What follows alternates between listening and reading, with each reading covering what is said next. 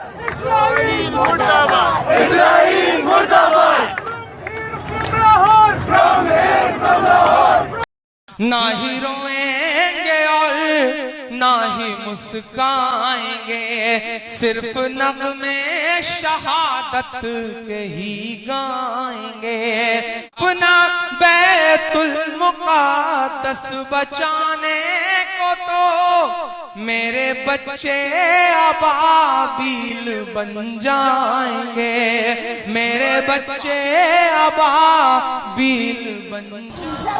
free, free, Palestine, free, free, Palestine, free, free, free, free, Palestine, free, free, Palestine, free, free, Palestine। Pakistan के साथ मैं हूं आपका host Ahmad Iftikhar. नाजरीन, फ़लस्तीन में जो इस टाइम बर्बरियत की जा रही है, आप देख सकते हैं कि वहाँ पे क्या हालात हैं, और हमारा अलमिया ये है कि कोई भी इस्लामी रियासत इस टाइम मौजूद है। इनसे पूछते हैं। अस्सलाम वालेकुम। वालेकुम सलाम। ये बताइएगा कि फ़लस्तीन में जो मामला, इतना बम धमाके और जो कुछ हो रहा है, आप इसको किस तरह देखते हैं? देखिए, ये तो एक पूरी इंसानियत के लिए एक शर्मनाक बात है। इस वक्त एक ऐसा मुल्क जो नस्ल परस्ती की बुनियाद के ऊपर निहत्ते शहरियों के ऊपर हमला कर रहा है, और जो तमाम आलमी क़ुव्वतें हैं ना सिर्फ खामोश तमाशाई हैं बल्कि वो तो हमायत कर रही हैं, असला दे रही हैं इसराइल को। आज भी हमारी जो मुसलमान हुकूमतें हैं वो भी तजारत कर रही हैं। आपने अर्दगान की बात की, वो अभी भी तजारत कर रहे हैं इसराइल के साथ। तीसरी बड़े जो उनका पार्टनर है वो इसराइल है, और अमेरिका जो है वो असला दे रहा है, बरतानिया असला दे रहा है।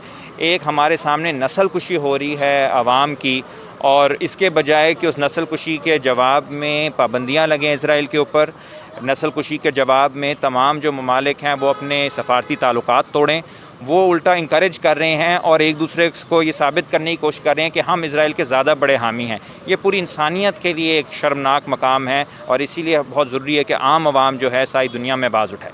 अच्छा, UAE ने भी जो सा इसको एक्सेप्ट कर लिया, सिर्फ एक पाकिस्तान है जिसने एक्सेप्ट नहीं किया।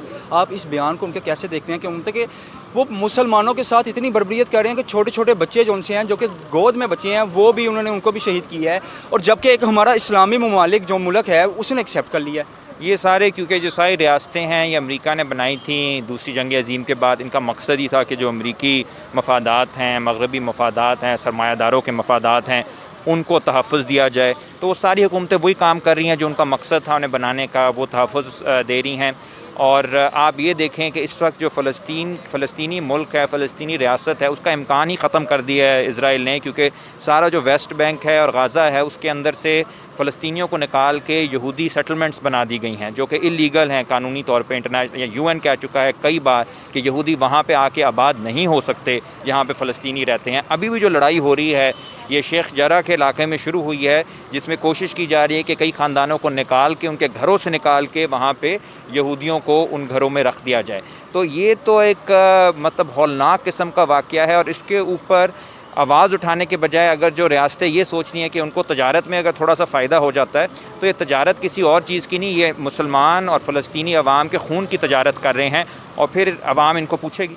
मैं फ़लस्तीन की सपोर्ट, ये कॉज़ है जो मैं सपोर्ट करती हूँ, मैं उसकी सपोर्ट में निकली हूँ आज अपनी तरफ से, अपनी कैपेसिटी में आगाही, अवेयरनेस क्रिएट करने कि वहाँ जो हो रहा है वो गलत है। रिलीजियस ग्राउंड्स पे नहीं बल्कि ह्यूमैनिटेरियन ग्राउंड्स पे, इंसानियत के नाते मैं चाहती हूँ कि सब एहसास करें वहाँ पर जो हो रहा है गलत है, लोग मर रहे हैं और दुनिया में कोई इस पर बात नहीं कर रहा।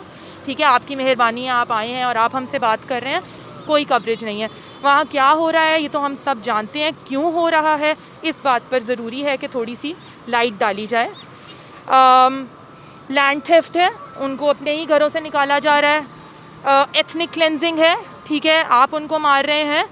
इनजस्टिस ऑफ पावर है, ठीक है, ये गलत है। ठीक है, सेटलर कलोनियलिज्म है, ठीक है, बड़ा क्लियर है, कोई क्लैश नहीं है, कोई कॉन्फ्लिक्ट नहीं है, बड़ा क्लियर है कि ओप्रेस्ड कौन है और ओप्रेसर्स कौन है। आप क्या समझती हैं कि कौन जिम्मेदार है इसका? इसके ज़िम्मेदार हैं ये, मतलब मैं किसी एक पे तो ये नहीं डाल सकती, हम सब ज़िम्मेदार हैं। कब से ये हो रहा है, कब से ये चल रहा है, पर कोई कुछ नहीं कर पाया।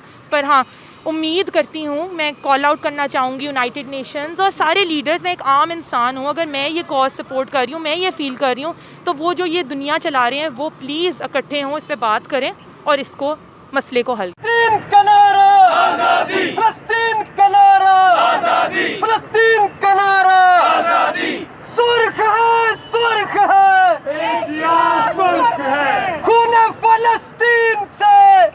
एशिया सुर्ख है, सुर्ख है, सुर्ख है, एशिया सुर्ख है, खून फलस्तीन से, एशिया सुर्ख है। from land to sea, Palestine will be free.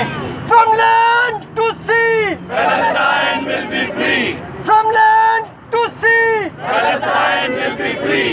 from land to sea. Palestine will be free.